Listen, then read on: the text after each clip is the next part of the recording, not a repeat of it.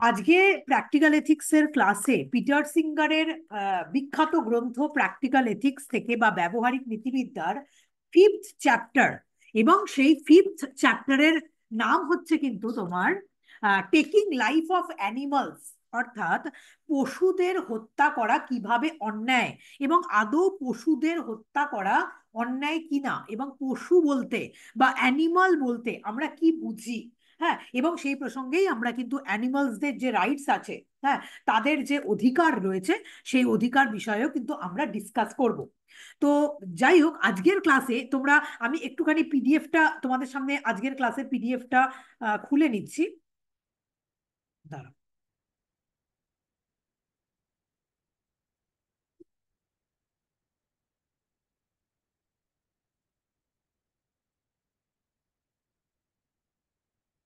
দাঁড়াও।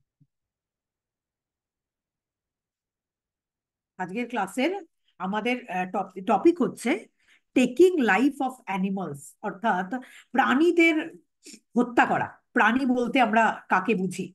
এইবার তুমি দেখো, এটা হচ্ছে পিটার সিঙ্গারের যে গ্রন্থ, আমি তো সেই গ্রন্থটা ধরেই পরপর আলোচনা করছি। এবং আজকের যেটা ফিফথ চ্যাপ্টার সেটা হচ্ছে টেকিং লাইফ অফ অ্যানিমালস। এবার এই চ্যাপ্টারটার প্রসঙ্গে আলোচনা করতে গিয়ে আমি একটুখানি ফোর্থ চ্যাপ্টারটার কথা আরেকবার তোমাদের মনে করিয়ে দিতে চাই, যে ফোর্থ চ্যাপ্টারে আমরা যে বিষয়টা নিয়ে আলোচনা করছিলাম সেটা হচ্ছে হোয়াটস রং উইথ কিলিং, অর্থাৎ হত্যা করা কিভাবে অন্যায়।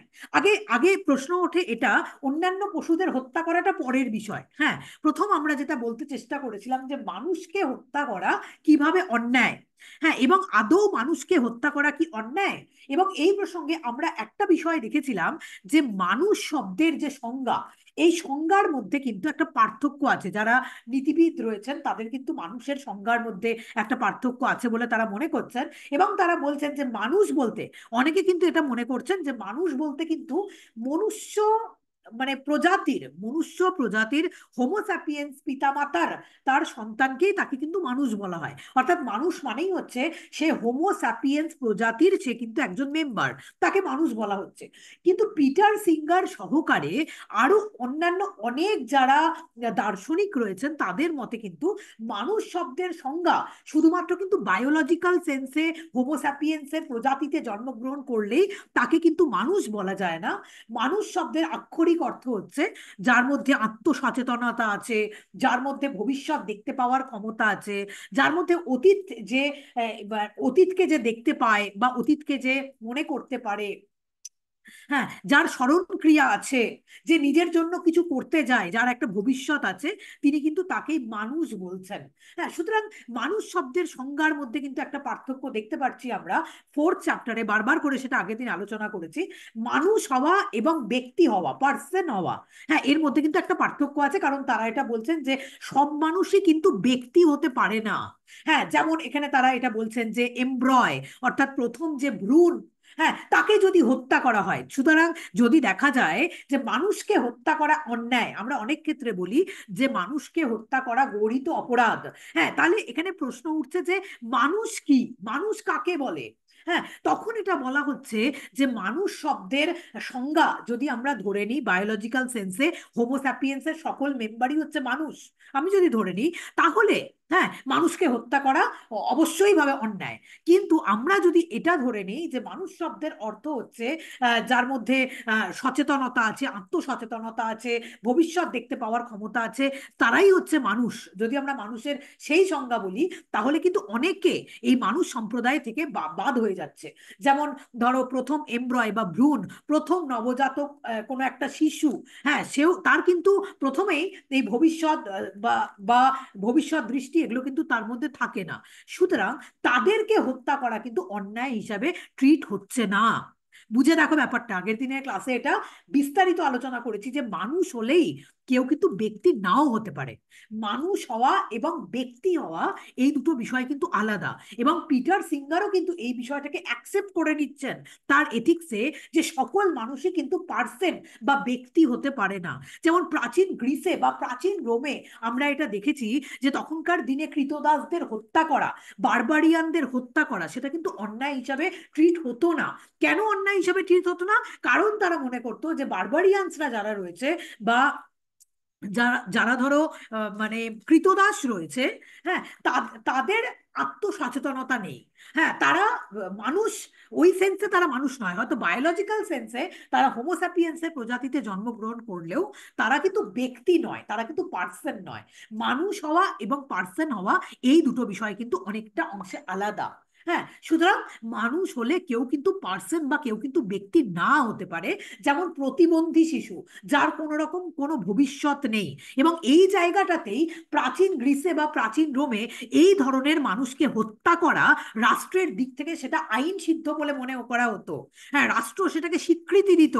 অর্থাৎ অনেক ক্ষেত্রে আমরা একটা দেখেছি যে প্রতিবন্ধী শিশু জন্মগ্রহণ করলে রাষ্ট্র তাকে কিন্তু স্বীকৃতি দিত এবং কোনো দূরস্থানে নিয়ে গিয়ে পাহাড়ের কোনো উঁচু মানে শৃঙ্গে নিয়ে গিয়ে তাকে কিন্তু হত্যা করা হতো প্রকৃতির সামনে। সুতরাং সেই হত্যাগুলো কখনোই, হ্যাঁ, তোমার অন্যায় হিসাবে ট্রিট হতো না। কেন অন্যায় হিসাবে ট্রিট হতো না? কারণ তাদের সকলের কাছে মানুষ হওয়া এবং ব্যক্তি হওয়া এই দুটো বিষয় আলাদা। ব্যক্তি হলে তাকে কিন্তু হত্যা করা, সেটা কিন্তু তোমার আইনত দণ্ডনীয় অপরাধ। কিন্তু হোমো স্যাপিয়েন্সের প্রজাতিতে জন্মগ্রহণ করলেই কেউ ব্যক্তি হয়ে যায় তা কিন্তু নয়। কারণ অনেকে এরকম রয়েছে, যেমন প্রতিবন্ধী শিশু রয়েছে, নবজাতক শিশু রয়েছে বা ভ্রূণ রয়েছে, হ্যাঁ, তাকে হত্যা করা অবশ্যই ভাবে কিন্তু এখানে নৈতিকভাবে অন্যায় হিসাবে কখনোই ট্রিট করা হচ্ছে না। এবং আমাদের প্রাচীন ইতিহাসকে পর্যবেক্ষণ করলে আমরা কিন্তু এটাই দেখতে পাই যে এই জন্যই অ্যাবর্শন বলো বা ইউথেনেশিয়া বলো, ইউথেনেশিয়া কেন? হ্যাঁ, অত্যন্ত দুরারোগ্য ব্যাধিতে কেউ আক্রান্ত, এতটাই দুরারোগ্য ব্যাধিতে আক্রান্ত কারণ তুমি জানো যে আগামী 3 মাস বাদে সে মারা যাবে, তুমি জানো, ঠিক আছে? এইবার 3 মাস ধরে, হ্যাঁ, তার ট্রিটমেন্ট করানোর জন্য যে খরচা, সেই খরচা বিয়ার করার মতো পরিবারে তার কোনো ক্ষমতা নেই। এবার ডাক্তার জানে যে সেই রোগীটা কিন্তু আর বাঁচবে না, আগামী 1 মাস 2 মাসের মধ্যে সে কিন্তু মারা যাবে। এবং সেই ক্ষেত্রে কিন্তু ইউথেনেশিয়া কিছু কিছু দেশে, ভারতবর্ষে এখনো আইন সিদ্ধ হয়নি, কিন্তু কিছু কিছু দেশে ইউথেনেশিয়া কিন্তু আইনতভাবে সিদ্ধ হয়েছে যে না, ইউথেনেশিয়া কিন্তু আইনত দিক থেকে অপরাধ নয়। ইউথেনেশিয়াকে অপরাধ হিসাবে ট্রিট করা হচ্ছে না, অ্যাবর্শনকে অপরাধ হিসাবে ট্রিট করা হচ্ছে না। কারণ কি? মাতৃগর্ভে যেটা প্রথম ভ্রূণ, ঠিক আছে, সেই ভ্রূণের মধ্যে কিন্তু আত্মসচেতনতা নেই, সেই ভ্রূণের মধ্যে কিন্তু ভবিষ্যতের কোনো ক্ষমতা সেই মুহূর্তে তৈরি হয়নি। সুতরাং সেই ভ্রূণকে যদি হত্যা করা হয়, তুমি তো দেখতে গেলে ওই ভ্রূণও কিন্তু তোমার হোমোস্যাপিয়েন্স প্রজাতিরই একটা মেম্বার। তাই তো, ওই ভ্রূণ তো হোমোস্যাপিয়েন্স প্রজাতিরই একটা মেম্বার, কারণ তার বাবা মা দুজনেই কিন্তু হোমোস্যাপিয়েন্স প্রজাতির, তারা কিন্তু দুজনেই মানুষ। সুতরাং মানুষের গর্ভে সন্তান, সে তো মানুষই হবে, এটা স্বাভাবিক। কিন্তু এই এথিক্সে এবং পিটার সিঙ্গারও কিন্তু সেটা অ্যাকসেপ্ট করেছেন যে না, মানুষ হওয়া এবং ব্যক্তি হওয়া এই দুটো বিষয় আলাদা। সুতরাং মানুষ শব্দের দুটো যে সংজ্ঞা আছে, একটা জোসেফ ফ্লেচার দিয়েছেন, এই নামটা বারবার করে উঠে আসছে, জোসেফ ফ্লেচার দিয়েছেন, সেই সংজ্ঞাটা কিন্তু বায়োলজিক্যাল সেন্সে যারা মানুষ সেই সংজ্ঞার থেকে অনেকাংশে আলাদা হয়ে যায়। এবং আমাদের এথিক্সে কিন্তু এই সংজ্ঞাটাকে অ্যাকসেপ্ট করা হয় যে সবাই মানুষ নয়। তুমি যতই হোমোস্যাপিয়েন্স প্রজাতিতে জন্মগ্রহণ করলেই তুমি তাকে মানুষ হিসাবে ট্রিট করো না কেন, মানুষ তারা নয়। কারণ তাদের সংজ্ঞা অনুযায়ী মানুষ কিন্তু আত্মসচেতন, দূরদৃষ্টি সম্পন্ন, নিজের ভবিষ্যৎ সম্পর্কে সচেতন একজন ব্যক্তি। সুতরাং যে কোনো মানুষকে যদি ওই সেন্সে আমি দেখি, বায়োলজিক্যাল সেন্সে আমি যদি দেখি, যে কোনো মানুষকে হত্যা করা কিন্তু অন্যায় নয়। কিন্তু ব্যক্তি বিশেষকে তুমি যদি এই জোসেফ ফ্লেচারের সংজ্ঞাটা তুমি যদি অ্যাকসেপ্ট করো, তার মানে এটাই দাঁড়ায় যে যে কোনো মানুষকে হত্যা করা কিন্তু অন্যায় নয়। শুধুমাত্রই যারা মানুষের মধ্যেও যারা পার্সন, অর্থাৎ যারা ব্যক্তি, যারা আত্মসচেতনতা, সেলফ কনসাসনেস হচ্ছে তার এসেন্স, যে মানুষের সেলফ কনসাসনেস আছে, আত্মসচেতনতা আছে, সেই কিন্তু শুধুমাত্র তাকেই হত্যা করলে কিন্তু অন্যায় হয়। অন্যায়টা যে কোনো মানুষকে হত্যা করলেই কিন্তু অন্যায় হয় না। এই এই এই সংজ্ঞাটা অ্যাকসেপ্টেড, অনেকের কাছে অ্যাকসেপ্টেড। এইবার আমি এই প্রসঙ্গে তোমাদের আর একটা কথাও বলেছিলাম। আচ্ছা, মানুষের মধ্যেই কি শুধুমাত্র ব্যক্তি হওয়ার ক্ষমতা আছে? মানে ব্যক্তি যাদের আমি বলছি বা পার্সন যাদের আমি বলছি, শুধুমাত্র মানুষের মধ্যে থেকেই কি শুধুমাত্র এই পার্সন হওয়ার বা ব্যক্তি হওয়ার যোগ্যতা আছে?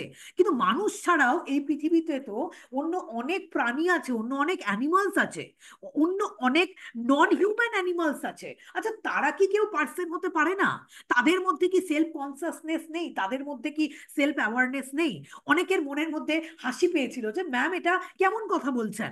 হ্যাঁ, একটা নন হিউম্যান অ্যানিমাল কি করে পার্সন হতে পারে? আমরা এটা জানি যে ব্যক্তি বিশেষ একটা মানুষ পার্সন হতে পারে, ব্যক্তি হতে পারে।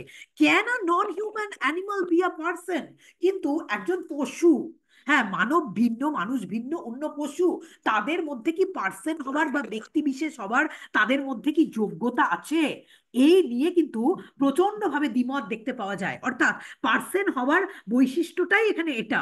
সেলফ, জোসেফ ফ্লেচার বলছেন যে যার মধ্যে সেলফ অ্যাওয়ারনেস আছে, যার মধ্যে সেলফ কন্ট্রোল আছে, হ্যাঁ, যার মধ্যে ভবিষ্যৎ দর্শিতা রয়েছে, যার মধ্যে অতীত বোধ রয়েছে, যাদের মধ্যে অপরের সঙ্গে সম্পর্ক তৈরি করার একটা সামর্থ্য রয়েছে, the capacity two relate to others, অন্যান্যদের সঙ্গে সম্পর্ক তৈরি করার একটা সামর্থ্য রয়েছে, যার মধ্যে একটা উদ্বিগ্নতা রয়েছে, অন্যদের নিয়ে সে উদ্বিগ্ন হতে পারে, তার তার মধ্যে কনসার্ন একটা ভূমিকা থাকবে, কমিউনিকেশন অর্থাৎ অন্যদের সঙ্গে তার একটা আদান প্রদানের সম্পর্ক থাকবে, তারাই শুধুমাত্র পার্সন বা ব্যক্তি হতে পারে। এখানে একটা বড় সড়ো প্রশ্নচিহ্ন আগের দিন এটা মাথায় এসেছিল। তার মানে এই পার্সন বা এই ব্যক্তি হওয়ার ক্ষমতা কি শুধুমাত্র যারা হোমোস্যাপিয়েন্স তারাই কি শুধুমাত্র পার্সন বা ব্যক্তি হতে পারে, নাকি এছাড়াও অন্যান্য যারা অমানব, যারা পশুরা রয়েছে বা অমানব যারা প্রাণীরা রয়েছে, তাদেরও ব্যক্তি বিশেষ হওয়ার যোগ্যতা আছে? এই বিষয়টা নিয়ে খুবই বিতর্কিত একটা বিষয়। এই বিষয়টা নিয়ে আমরা কিন্তু আজকের ক্লাসে ডিসকাস করব। এবং পিটার সিঙ্গার তার প্র্যাকটিক্যাল এথিক্স নামক বিখ্যাত গ্রন্থ, তার 5th চ্যাপ্টারে, টেকিং লাইফ অফ অ্যানিমালস, এই এই চ্যাপ্টারে কিন্তু তিনি পুরো বিষয়টাকে সুন্দর আলোচনা করেছেন। এবং পুরো বিষয়টাই আজকের ক্লাসে কিন্তু আমরা ডিসকাস করবো, বুঝে নেওয়ার চেষ্টা করব। কারণ তোমাদের মনের মধ্যে অনেকে অনেকে মনে হয় আগের দিন প্রশ্ন করেছিল, যে সমদুতিও মনে হয় প্রশ্ন করেছিল এটা, যে ম্যাম এই কি করে পার্সন, কি করে অন্য অমানবরা কি করে পার্সন হতে পারে? ঠিক আছে, যারা হোমোস্যাপিয়েন্স, যারা মানুষ, তাদের মধ্যে থেকেই কেউ ব্যক্তি হতে পারে, অন্যেরা কি কেউ আদৌ ব্যক্তি হতে পারে? এই এই এই মানে যে সংশয়টা তোমাদের মধ্যে রয়েছে, এই সংশয়টা আজকের ক্লাসে আমরা পুরোটা ক্লিয়ার করার চেষ্টা করব, যে অমানব প্রাণীরা কি ব্যক্তি হতে পারে, তারা কি পার্সন হতে পারে।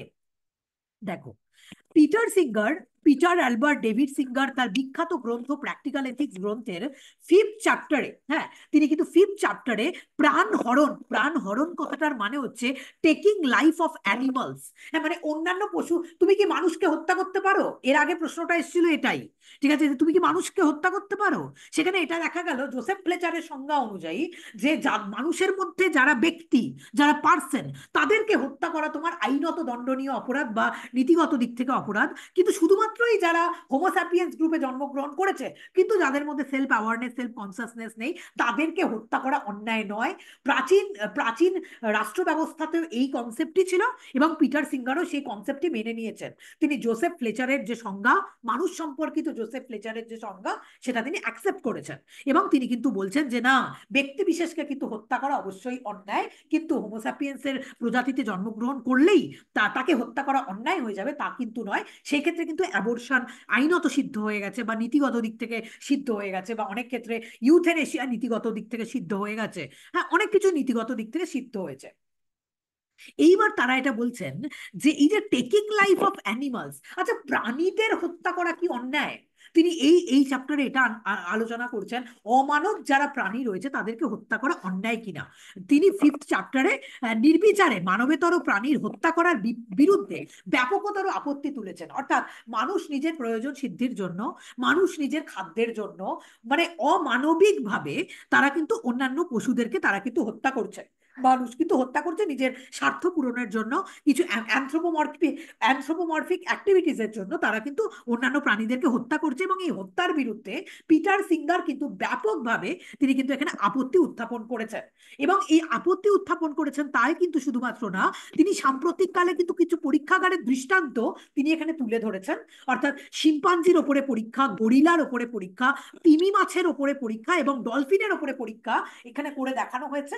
এবং তিনি এটা দেখেছেন যে এই সমস্ত প্রাণীরা মানুষের মতোই কিন্তু, দাঁড়াও, মানুষের মতোই তাদের মধ্যে কিন্তু বুদ্ধিবৃত্তি সম্পন্নতা আছে, এবং সেলফ কনসাসনেস নামক যে পাওয়ার, অর্থাৎ সেলফ কনসাসনেস হচ্ছে একটা ব্যক্তির, মানে একটা ব্যক্তির হচ্ছে লক্ষণ, একটা পার্সনের লক্ষণ হচ্ছে সেলফ কনসাসনেস, আত্মসচেতনতা। সুতরাং তিনি এটা দেখছেন যে শিম্পাঞ্জি, গরিলা, তিমি, ডলফিন, প্রত্যেকটা প্রাণীর মধ্যে কিন্তু এই সেলফ কনসাসনেস রয়েছে, এবং তাদের মধ্যে কিন্তু মানুষের মতোই, তাদের মধ্যে কিন্তু তারাও রেশনাল বিং, তারাও হচ্ছে বুদ্ধিবৃত্তি সম্পন্ন জীব। এই জন্য তিনি বলছেন, এই জন্য এই সকল মানবেতর প্রাণীকে, এই সকল মানবেতর প্রাণীকে মানুষ যখন নির্বিচারে হত্যা করছে, মানুষ একদম বিচার বিবেচনা প্রয়োগ করছে না, মানুষ যখন তাদেরকে নির্বিচারে হত্যা করছে, সেই হত্যা করা কিন্তু নীতিগত দিক থেকে চরমভাবে অন্যায়, এবং আইনের দিক থেকেও কিন্তু দণ্ডনীয় অপরাধ। হ্যাঁ, এই কাজগুলো, অন্য মানবেতর প্রাণীকে হত্যা করা, তুমি এখনই কোনো একটা বন্য পশুকে হত্যা করো, হ্যাঁ, তুমি কোনো রেয়ার কোনো একটা অ্যানিমালকে হত্যা করো, তোমার কিন্তু 14 বছরের জন্য তোমার জেল হয়ে যাবে, এটা কিন্তু মাথায় রেখো। সুতরাং তার মতে, গুড্ডু ওই ঘরে গিয়ে বলো, সুতরাং তার মতে এই সকল মানবেতর প্রাণী মানুষের মতোই কিন্তু তারা আনন্দ পায়, তারা মানুষের মতোই কিন্তু দুঃখ পায়, সুখ দুঃখ উপভোগ করতে তারা সক্ষম। মানুষ যে যে কারণে আনন্দ পেতে পারে, যে যে কারণে বেদনা হতে পারে তাদের মধ্যে, তিনি পরীক্ষা করে দেখছেন যে শিম্পাঞ্জি, গরিলা, তিমি বা ডলফিন, হ্যাঁ, তারাও কিন্তু এই সুখ আর সুখ দুঃখ তারা কিন্তু উপভোগ করতে তারা সক্ষম। কাজেই সুতরাং তুমি যদি ধরে নাও ব্যক্তি বিশেষ, মানুষের মধ্যে যারা ব্যক্তি বিশেষ, যাদের মধ্যে সেলফ কনসাসনেস আছে, তাদেরকে হত্যা করা যদি নৈতিক দিক থেকে চরমভাবে অন্যায় হয়, তাহলে এই মানবেতর প্রাণীগুলোকে হত্যা করা কিন্তু নৈতিক দিক থেকে চরমভাবে অন্যায় হবে। কারণ এই সকল মানবেতর প্রাণীকে হত্যা করা হলে তাদের আনন্দপূর্ণ জীবনের পরিসমাপ্তি ঘটে, তাদেরও ভবিষ্যৎ আছে, তাদেরও সংসার আছে। এটা ভাবলে হবে না যে মানুষেরই একমাত্র সংসার আছে, তারই ভবিষ্যৎ আছে, তারই সন্তান আছে, তা নয়। এই প্রাণীদেরও কিন্তু একটা আনন্দপূর্ণ জীবন আছে। হ্যাঁ, তুমি যখন কোনো একটা মানবেতর প্রাণীকে হত্যা করছো, তার জীবনকে পরিসমাপ্ত করছো, সুতরাং মনে করছো যে তাদের যে অধিকার, সেই অধিকার থেকে তুমি কিন্তু তাদেরকে বঞ্চিত করছো। এবং পিটার সিঙ্গার বলেন, যদি মানব জীবনের যদি বিশেষ কোনো মূল্য থেকে থাকে ব্যক্তি হিসাবে, আমি বলছি কিন্তু আবারও, মানব জীবনের যদি বিশেষ কোনো মূল্য থেকে থাকে ব্যক্তি হিসাবে, হ্যাঁ, ব্যক্তি হওয়ার জন্য আমি ধরে নিলাম, ব্যক্তি হওয়ার জন্য মানব জীবনের বেশি মূল্য রয়েছে, মানবকে তুমি যদি পার্সন বা ব্যক্তি হিসাবে গ্রহণ করো, তাহলে আমি জানি যে মানব হত্যাকে অন্যায় করা সেখানে কিন্তু দণ্ডনীয় অপরাধ। তাহলে সেই ক্ষেত্রে একই রুলস অবলম্বন করে যে সকল অমানব প্রাণী রয়েছে, হ্যাঁ, যাদেরকে ব্যক্তি রূপে গণ্য করা যায়, যার মধ্যে অতীত দৃষ্টি, যার মধ্যে ভবিষ্যৎ দৃষ্টি, যাদের মধ্যে কনসাসনেস, এগুলো যাদের রয়েছে, যেসব প্রাণীর মধ্যে রয়েছে, তাহলে অবশ্যই এটা মেনে নিতে হবে যে সেই সব প্রাণীকে হত্যা করাও কিন্তু অন্যায় রূপেই তোমাকে গণ্য করতে হবে। এবং পিটার সিঙ্গারের মতে মানব হত্যা যেমন সমর্থনযোগ্য নয়, মানব হত্যা সমর্থনযোগ্য নয় কথাটা কি মানে? মানব হত্যা সমর্থনযোগ্য নয়, যে মানুষগুলো হচ্ছে পার্সন বা ব্যক্তি বিশেষ হওয়ার যোগ্য, সেই মানব হত্যা যেমন সমর্থনযোগ্য নয়, আত্মসচেতন ব্যক্তিরূপে কিছু অমানব বা মানবেতর প্রাণীর হত্যাও কিন্তু সমর্থনযোগ্য নয়। অর্থাৎ অনেক এইরকম অমানব প্রাণী রয়েছে যাদের মধ্যে আত্মসচেতনতা রয়েছে, মানুষের মতোই তারা সুখ দুঃখ উপভোগ করতে সমর্থ, তাদেরকে হত্যা করাও কিন্তু সমর্থনযোগ্য কোনোদিনই হতে পারে না। একটি সত্তার নিজেকে কালের ঊর্ধ্বে ব্যক্তি হিসাবে দেখার সামর্থ্য, ওই যে অনেকে বলে না, আমরা এটা ইয়েতে পড়েছিলাম, দাঁড়াও, এক্সিস্টেন্সিয়ালিজম পড়তে গিয়ে, পুরনো স্টুডেন্টসরা এটা জানো, কন্টেম্পোরারি ওয়েস্টার্ন ফিলোসফিতে এক্সিস্টেন্সিয়ালিজম পড়তে গিয়ে জা পল সার্ত্র একটা কথা বলেছিলেন। জা পল সার্ত্র এটা বলেছিলেন যে বেঁচে থাকাটা ধর্ম নয়, হ্যাঁ, অস্তিত্বশীল হওয়াটা কিন্তু মানুষের ধর্ম। বেঁচে তো সবাই থাকতে পারে, কতজন অস্তিত্বশীল হতে পারে? দারুণ একটা কথা, যে বেঁচে তো সবাই থাকতে পারে, কিন্তু অস্তিত্বশীল কজন হতে পারে? সুতরাং মানুষের ধর্ম হচ্ছে অস্তিত্বশীল হওয়া, শুধুমাত্র বেঁচে থাকা নয়। হ্যাঁ, এক্সিস্টেন্সকে প্রুফ করা, নিজের অস্তিত্বকে প্রুফ করা সমাজের কাছে, হ্যাঁ, ব্যক্তি হিসাবে। আবারও বলছি, সব মানুষই ব্যক্তি হতে পারে না। হ্যাঁ, ব্যক্তি হওয়ার কিছু ক্রাইটেরিয়া রয়েছে। হ্যাঁ, এবং এথিক্সেও কিন্তু এই বিষয়টাকে অ্যাকসেপ্ট করে নিচ্ছে, আখেরে আমরা দেখতে পাচ্ছি যে ব্যক্তি হওয়ার কিন্তু কিছু সামর্থ্য রয়েছে। সেটা মানুষের মধ্যেও যেমন ব্যক্তি হওয়ার সামর্থ্য থাকতে পারে, তেমনি ভাবে নন হিউম্যান কিছু অ্যানিমালস রয়েছে, তাদেরও কিন্তু ব্যক্তি হিসাবে ট্রিট করার কিছু সামর্থ্য কিন্তু তাদের মধ্যেই রয়েছে। সুতরাং আমরা যদি শুধুমাত্র মানুষরা নিজেদের সেলফ, মানে আমাদের আত্মস্বার্থ সিদ্ধির জন্য বা আমাদের স্বার্থগত কারণে যদি শুধুমাত্রই অন্যান্য প্রাণীকে খাদ্য হিসাবে আমরা ব্যবহার করি এবং অর্থনৈতিক কারণে ওই সব প্রাণীকে যদি আমরা হত্যা করি, সেই হত্যাটাকে কিন্তু নৈতিক দিক থেকে চরমভাবে অন্যায় এবং আইনত দিক থেকে আইনতভাবে দণ্ডনীয় অপরাধ বলে সেটা কিন্তু গণ্য হতে পারে। তার মানে পিটার সিঙ্গারও, তোমাদের মনের মধ্যে অনেকটা প্রশ্ন এসেছিল আগের দিন যে ম্যাম তাহলে পিটার সিঙ্গার কি অ্যাকসেপ্ট করছেন? পিটার সিঙ্গার এটাই অ্যাকসেপ্ট করছেন, আখের এটা দেখা যাচ্ছে যে মানুষ হলেই সে পার্সন হতে পারে না বা সে ব্যক্তি হতে পারে না। ব্যক্তি হওয়ার কিছু ধর্ম আছে, সেই ধর্মটা হোমোস্যাপিয়েন্স প্রজাতির মানুষদের মধ্যে ব্যক্তি হওয়ার ধর্মটা অনেক বেশি পরিমাণে আছে, এবং তার সাথে সাথে অমানব অনেক পশু রয়েছে যাদের মধ্যেও কিন্তু এই পার্সন বা ব্যক্তি হওয়ার সামর্থ্য কিন্তু তাদের রয়েছে। এইবার বড়সড় প্রশ্নচিহ্ন এটা, যে প্রশ্নচিহ্ন দিয়ে আগের দিনের ক্লাসটা আমাদের শেষ হয়েছিল, সেটা হচ্ছে এটা যে can are non human animal be a person? সত্যি সত্যি কি পশুরা, হ্যাঁ, তাদের মধ্যে কি ব্যক্তি হওয়ার সামর্থ্য রয়েছে? হ্যাঁ, এখানে পিটার সিঙ্গার কি দেখাতে চাইছেন, যেই ক্ষেত্রে তিনি কিন্তু অ্যানিমাল রাইটস এর প্রসঙ্গটা আনছেন। তোমরা বুঝতে পারছো যে আমরা কতটা ইন ডিটেলড এই বিষয়গুলো আলোচনা করছি। আমি কিন্তু একদিনের ক্লাসে তোমাকে অ্যানিমাল রাইটস বোঝাতে পারতাম, প্রাণীর অধিকার বোঝাতে পারতাম, কিন্তু প্রাণীর কনসেপ্টটাই কিভাবে আসছে, Peter Singer chapter two chapter কিভাবে বিষয়গুলোকে আলোচনা করছেন, এই জন্যই কিন্তু পরপর পরপর এই ক্লাসগুলোকে করানো হচ্ছে, যাতে তোমাদের কনসেপ্টটা ক্লিয়ার হয়ে যায়। তাহলে এইবার আমাদের প্রশ্ন হচ্ছে, can a non human animal be a person? সত্যি সত্যি কোনো একটা পশু কি ব্যক্তি হতে পারে? ঠিক আছে, তোমাদের মনে প্রশ্ন এসেছিল ব্যক্তি হতে পারে না, কোনোদিনই হতে পারে না, মানুষই ব্যক্তি হতে পারে। দেখা যাক পিটার সিঙ্গার কি বলছেন। পিটার সিঙ্গার বলেন, ব্যক্তি নয় এমন সত্তাকে হত্যার চেয়ে একজন ব্যক্তিকে হত্যা করা কিন্তু অন্যায়।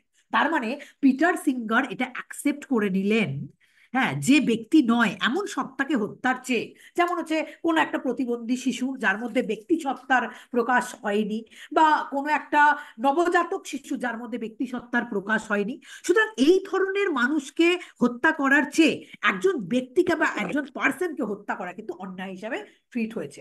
আমাদের প্রাচীন সমাজে, গ্রিসে, রোমে, ভারতবর্ষেও এটা হয়েছে, এবং বর্তমানেও দেখা যাচ্ছে পিটার সিঙ্গার এই কনসেপ্টটাকে তিনি অ্যাকসেপ্ট করে নিচ্ছেন। হ্যাঁ, চিরাচরিত আমাদের যে উপযোগবাদ আছে, ইউটিলিটারিয়ানিজম যে থিওরি আছে বা উপযোগবাদ আছে, হ্যাঁ, সেই উপযোগবাদ অনুসারে কিন্তু কোনো ব্যক্তিকে হত্যা করা গুরুতর অন্যায় হওয়ার পরোক্ষ কারণ হতে পারে। মানে কোনো ব্যক্তিকে কিন্তু হত্যা করা, তারা কিন্তু অ্যাকসেপ্ট করে নিচ্ছেন এটা হচ্ছে গুরুতরভাবে অন্যায়। কোনো তুমি ব্যক্তিকে যদি, মানুষকে না, এখানে ব্যক্তি হিসেবে ট্রিট হচ্ছে, পার্সন হিসেবে ট্রিট হচ্ছে, কোনো পার্সনকে হত্যা করা কিন্তু এখানে গুরুতর অন্যায়। এক্ষেত্রে পিটার সিঙ্গার অমানব বা নন হিউম্যান প্রাণী, হ্যাঁ, হত্যা করার অন্যায়ত্ব সম্পর্কে আলোচনা করেছেন, এবং তারা বলছে যে এই যে মানুষ বারবার করে নিজেদের স্বার্থে অন্যান্য প্রাণীদের হত্যা করছে, নিজেদের খাবারকে মেটানোর জন্য, অর্থনৈতিক বিভিন্ন কারণে তারা অন্য প্রাণীকে হত্যা করছে, সেটা কতদূর অন্যায়, কতদূর কতদূর সেটা অন্যায় হতে পারে, যেটা মানুষ কন্টিনিউয়াসলি করে যাচ্ছে, যার মধ্যে প্রকৃতির ভারসাম্য নষ্ট হয়ে যাচ্ছে, ইকোসিস্টেম নষ্ট হয়ে যাচ্ছে। একটি অমানব প্রাণী বা মানবেতর প্রাণীকে ব্যক্তি নামে অভিহিত করা স্বাভাবিক মনে হয় না। সত্যি সত্যিই তাই। আমরা কোনোদিনই স্বাভাবিক নিয়মে, স্বাভাবিক বুদ্ধিতে একটা নন হিউম্যান প্রাণী বা নন হিউম্যান অন্য কোনো অ্যানিমালকে, সেটা বাঘ হতে পারে, সিংহ হতে পারে, তিমি হতে পারে, গরিলা হতে পারে, বা শিম্পাঞ্জি হতে পারে, এদেরকে কোনোদিনই আমরা নর্মাল সেন্সে কোনোদিনই ব্যক্তি হিসাবে আমরা কিন্তু ট্রিট করি না। আমাদের নর্মাল চিন্তা ভাবনাতে আসেই না যে তাদের মধ্যেও কোনো একটা ব্যক্তি সত্তা থাকতে পারে। আমরা শুধুমাত্র আমাদের নিজস্ব প্রজাতিকে, আমাদের নিজস্ব প্রজাতি মানে হচ্ছে হোমোস্যাপিয়েন্সের যে প্রজাতি, বলছে আমরা শুধুমাত্র আমাদের নিজস্ব প্রজাতিকে স্পষ্টভাবে অন্যান্য প্রজাতি থেকে পৃথক করে রাখার কারণেই এটি মনে করি। আমরা সবসময়, আমরা মানুষ নিজেকে সর্বশ্রেষ্ঠ বলে ট্রিট করি। আমরা সবসময় এটা মনে করি যে মেন আর রেশনাল এনিমাল, মানুষ হচ্ছে বুদ্ধিবৃত্তি সম্পন্ন জীব। যখনই বারবার করে এটা তোমার কানের কাছে বলা হয় মানুষ হচ্ছে বুদ্ধিবৃত্তি সম্পন্ন জীব, তখন তোমার মনের মধ্যে আফসার মনের মধ্যে চলে আসবে যে অন্য প্রাণীদের মধ্যে বা এই মানুষের মতো বুদ্ধি থাকে না। এবং আমরা কি করি, কন্টিনিউয়াসলি নিজেদেরকে উচ্চ স্তরে রাখার জন্য আর অন্যান্য প্রজাতি থেকে নিজেদেরকে পৃথক করে রাখার জন্য কিন্তু এটা আমরা মনের মধ্যে গেঁথে নিয়েছি। হ্যাঁ, কিন্তু আমরা অলরেডি এটা জানি, যেটা জোসেফ ফ্লেচার পার্সনের সংজ্ঞা হিসাবে দিয়েছেন বা ব্যক্তির সংজ্ঞা হিসাবে দিয়েছেন। তিনি বলছেন যে একটা ব্যক্তির লক্ষণ হলো চিন্তন সামর্থ্য, যে চিন্তা করতে পারে, যার মধ্যে আত্মসচেতনতা আছে, যে ভবিষ্যৎ পরিকল্পনা করতে পারে, যে তার স্মৃতিকে সংরক্ষণ করে রাখতে পারে। মানে 10 বছর আগে তোমার মধ্যে কি ঘটনা ঘটেছিল সেটা তুমি তোমার স্মৃতিতে সংরক্ষণ করে রাখতে পারো, আর প্রপার টাইমে কিন্তু সেই স্মৃতিটাকে তুমি নতুন করে পুনরুদ্রেক করতে পারো। এটাই হচ্ছে কিন্তু তোমার পার্সন বা ব্যক্তি হওয়ার কিন্তু এটাই হচ্ছে লক্ষণ। তিনি বলছেন যে কয়েকটি ব্যতিক্রম ছাড়া মানুষের এই সকল বৈশিষ্ট্য থাকার জন্য ব্যক্তি হত্যা অন্যায় কাজ। কিছু কিছু ক্ষেত্রে ব্যতিক্রম আছে, কিন্তু বেশিরভাগ ক্ষেত্রে মানুষের মধ্যে কিন্তু এই ব্যক্তি হওয়ার লক্ষণগুলো কিন্তু আমাদের এই মানুষের মধ্যে রয়েছে। খুব কম সংখ্যক, হয়তো কোটি কোটি কোটি কোটি মানুষের মধ্যে হয়তো 0.1% যাদের এই ব্যক্তি হওয়ার লক্ষণগুলো যাদের মধ্যে নেই, অর্থাৎ যাদের মধ্যে চিন্তন সামর্থ্য, আত্মসচেতনতা কিছুই নেই। কিন্তু বাকি যে মাস পিপল, তাদের মধ্যে কিন্তু অবশ্যই এই বৈশিষ্ট্যগুলো রয়েছে। এবং সেই ক্ষেত্রে আমরা কিন্তু এটা ধরে নিই যে একটা ব্যক্তিকে হত্যা করা কিন্তু অন্যায় কাজ, আমরা কিন্তু এটা ধরি। এইবার এখন প্রশ্ন হলো, যারা অ্যানিমালস যারা রয়েছে, মানুষ ছাড়া অন্যান্য প্রাণীরা যারা রয়েছে, তাদেরও কি এই বৈশিষ্ট্য আছে? মানে প্রশ্ন চিহ্ন হচ্ছে যে যে ব্যক্তি হওয়ার জন্য যে বৈশিষ্ট্যগুলো থাকা দরকার, সেই বৈশিষ্ট্যগুলো কি অন্য প্রাণীর মধ্যে রয়েছে? অর্থাৎ মানুষের মতো অমানব প্রাণী বা মানবেতর প্রাণীরাও কি ব্যক্তি, তাদেরকে বলা যাবে? ঠিক আছে, তারপর তো তাদের হত্যা করার প্রসঙ্গটা আসবে। আগে প্রশ্ন হচ্ছে তাদের কি ব্যক্তি হিসাবে ট্রিট করা যাবে কিনা। যদিও অমানব প্রাণীদের চিন্তন সামর্থ্য, আত্মসচেতনতা ইত্যাদি থাকে, যদি তাদের ব্যক্তি বলা যায়, তাহলে ব্যক্তি হত্যার মতো অমানব প্রাণীকে হত্যাও অন্যায় বলতে হবে। হ্যাঁ, আমরা কিছু কিছু ক্ষেত্রে এটা দেখছি যে অমানব কিছু কিছু প্রাণী রয়েছে যাদের মধ্যে মানুষের মতোই চিন্তন সামর্থ্য, আত্মসচেতনতা সবই রয়েছে। যদি আমরা ধরেই নিই, জোসেফ ফ্লেচারের মত অনুযায়ী যদি আমরা ধরে নিই যে তারাও ব্যক্তি হওয়ার যোগ্য, তার মানে এটা মেনে নিতে হবে মানুষকে হত্যা করা যদি অন্যায় হয়ে থাকে ব্যক্তি হওয়ার কারণে, তাহলে কি ওইসব মানুষ, ওইসব প্রাণীকে হত্যা করাও কিন্তু নৈতিক দিক থেকে চরমভাবে অন্যায়। এইবার মানুষ নিজেকে কেন সর্বজান্তা মনে করে, আর মানুষ নিজেকে কেন অন্যান্য প্রাণীর থেকে, প্রজাতির থেকে ঊর্ধ্বে মনে করে, তার কারণটা সাধারণ দৃষ্টিতে কি বলা হয় সেটা কিন্তু তিনি আলোচনা করেছেন। বলছে যে সাধারণ দৃষ্টিতে মানুষ তার মনোভাব অন্যের কাছে প্রকাশ করার জন্য তারা কি করে, তারা কথা বলে। হ্যাঁ, বাক প্রত্যঙ্গ, মানে আমরা কথা বলতে পারি। আমাদের একটা বড় জায়গা হচ্ছে আমরা আমাদের মনের ভাবকে প্রকাশ করার জন্য যে এই যে বাক, আমাদের কথা বলার যে ক্ষমতা রয়েছে, আর আমরা এটা মনে করি যে আমাদের ভাষা প্রয়োগ করার যে ক্ষমতা রয়েছে, এই ক্ষমতা কিন্তু অন্যান্য প্রাণীদের নেই। অর্থাৎ মানুষ তার ভেতরের যত রকমের ধরো বিষয় হচ্ছে, সেগুলোকে ইঙ্গিতের মাধ্যমে, ধ্বনির মাধ্যমে অপরকে বোধগম্য করার জন্য তাদের ভাষা প্রয়োগ করার ক্ষমতা আছে মানুষের। কারণ ভাষা হলো, মানুষের কাছে ভাষা হলো ভাব বা চিন্তার বাহন। আমরা আমাদের চিন্তা ভাষার মাধ্যমে, সেটা অনেক রকম ভাষা হতে পারে, বাংলা ভাষা, উর্দু ভাষা, ইংরাজি ভাষা, স্প্যানিশ ভাষা, আমরা এই ভাষার প্রয়োগগুলো মানুষ কিন্তু করতে পারে। এবং এটা আমরা মনে করি যে অন্যান্য পশুরা কিন্তু এই ভাষার প্রয়োগ করতে পারে না।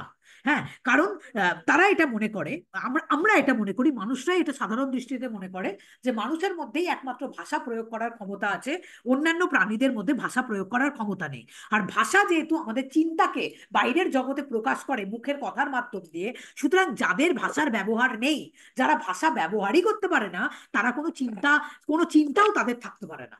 ঠিক আছে, চিন্তা থাকলে সেটা অবশ্যই ভাষার মাধ্যমে প্রকাশিত হবে। আমরা ভাষার মাধ্যমে যে কোনো কিছুকে প্রকাশ করতে পারি, কারণ আমাদের মধ্যে বিভিন্ন রকম ভবিষ্যৎ সম্পর্কে, অতীত সম্পর্কে আমাদের চিন্তা আছে, এই জন্য ভাষায় প্রকাশ করতে পারি। কিন্তু অন্যান্য প্রাণীরা, তাদের চিন্তাও নেই, সুতরাং তারা সেগুলোকে ভাষার মাধ্যমে প্রকাশ করতে পারে না। পিটার সিঙ্গারের মতে মানুষের ভাষা আছে। হ্যাঁ, পিটার সিঙ্গারও বলছেন, আর্গিউ করছেন তিনি সাধারণ দৃষ্টিভঙ্গিতে, যে মানুষের ভাষা আছে, তাই তার চিন্তা করার সামর্থ্য আছে। হ্যাঁ, ভাষা আছে মানেই সে চিন্তাকে তার ভাষার মাধ্যমে প্রকাশ করতে পারে। অমানব প্রাণী বা মানবেতর প্রাণীদের ভাষা নেই, তাই তাদের চিন্তা করার সামর্থ্য নেই। এইটা কিন্তু সত্যি সত্যি, এটা আমাদের লৌকিক মত। হ্যাঁ, সুতরাং তারা এটা মনে করে, যেহেতু অমানব প্রাণীগুলো চিন্তা করার সামর্থ্য নেই, সুতরাং তারা কোনো রকম কোনো ভাষা প্রয়োগও করে না। সুতরাং ফলে অমানব প্রাণী বা মানবেতর প্রাণীরা আত্মসচেতনও নয়, তাদের মধ্যে সেলফ কনসাসনেস নেই। তাদের মধ্যে যদি সেলফ কনসাসনেস থাকতো, তাহলে তাদের চিন্তা বিষয় একটা থাকতো। আর যদি তাদের চিন্তার বিষয় থাকতো, তাহলে সেটাকে ভাষার মাধ্যমে প্রকাশ করতে পারতো। অন্যান্য প্রাণীরা ভাষার মাধ্যমে প্রকাশ করতে পারে না, আর মানুষই শুধুমাত্র সবকিছু ভাষার মাধ্যমে প্রকাশ করতে পারে। তার মানে তার চিন্তন ক্ষমতা আছে, আর তার মধ্যে আত্মসচেতনতা বা সেলফ কনসাসনেস রয়েছে। এবং এইটাই হচ্ছে কিন্তু আমাদের লৌকিক মত। এই মতটাকেই কিন্তু অ্যাকসেপ্ট করা হয় সব জায়গায়, এবং আমরাও কিন্তু আখেরে তাই মনে করি।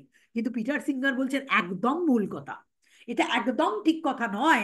এই লৌকিক অভিমত কিন্তু কোনোভাবেই যুক্তিযুক্ত, কিন্তু কোনোভাবেই নয়। কারণ কারণ তিনি এটা বলছেন যে মানুষ যে ভাষায় কথা বলে, অমানব প্রাণী বা মানবেতর প্রাণীদের সেই ভাষা নেই। বলতে পারো যে মানুষ যে ভাষায় কথা বলে, তারা হয়তো সেই ভাষায় কথা বলতে পারে না, কিন্তু তাদের মধ্যে কোনো ভাষা নেই, এটা কিন্তু কথাটা একদম ঠিক নয়। অর্থাৎ এই যে আমরা বারবার করে বলি না যে মানুষ যে ভাষায় কথা বলে, অমানব যারা প্রাণীরা রয়েছে সেই ভাষা তাদের নেই। সেই হেতুবাক্য থেকে আমরা যে কথাটা বলি যে অন্যান্য প্রাণীদের চিন্তন করার সামর্থ্য নেই, ফলে তারা আত্মসচেতন নয়, এই ধরনের সিদ্ধান্ত একেবারেই ভুল সিদ্ধান্ত, একদম ভুল মতবাদ। এবং মানুষের ভাষায় মানে আমরা যা চিন্তা করি, মানুষের ভাষায় অমানব প্রাণী বা মানবেতর প্রাণীরা যে কথা বলে না, বলতে পারে না, তার কারণ এই নয় যে তাদের চিন্তা শক্তি বা বোধ শক্তি নেই। তার কারণ হচ্ছে এটা, মানুষের বাকযন্ত্র থাকলেও অমানব প্রাণী বা মানবেতর প্রাণীদের বাকযন্ত্র নেই। মানে আমরা যেভাবে মুখ ফুটে সব কথাগুলো প্রকাশ করতে পারি, এই ধরনের বাকযন্ত্র অন্যান্য প্রাণীদের মধ্যে নেই। স্পিচ অর্গ্যান, এই ধরনের বাকযন্ত্র অন্যান্য প্রাণীদের মধ্যে নেই। এই জন্যই তারা হয়তো মানুষের মতো সেম ভাষায় তারা কথা বলতে পারে না, কিন্তু ওরা কথা বলতে পারে না মানে তাদের চিন্তন পাওয়ার নেই বা তাদের মধ্যে সেলফ কনসাসনেস নেই, এই কথাটা কিন্তু একদম ঠিক নয়। এবং তারা কিন্তু বারে বারে প্রাণীদের ওপর কিন্তু তারা পরীক্ষা নিরীক্ষা করেছেন। এই ক্ষেত্রে মার্কিন বিজ্ঞানী অ্যালেন অ্যান্ড বিয়াট্রি গার্ডনার, হ্যাঁ, তারা শিম্পাঞ্জির উপরে কিন্তু নানাভাবে পরীক্ষা নিরীক্ষা করেন।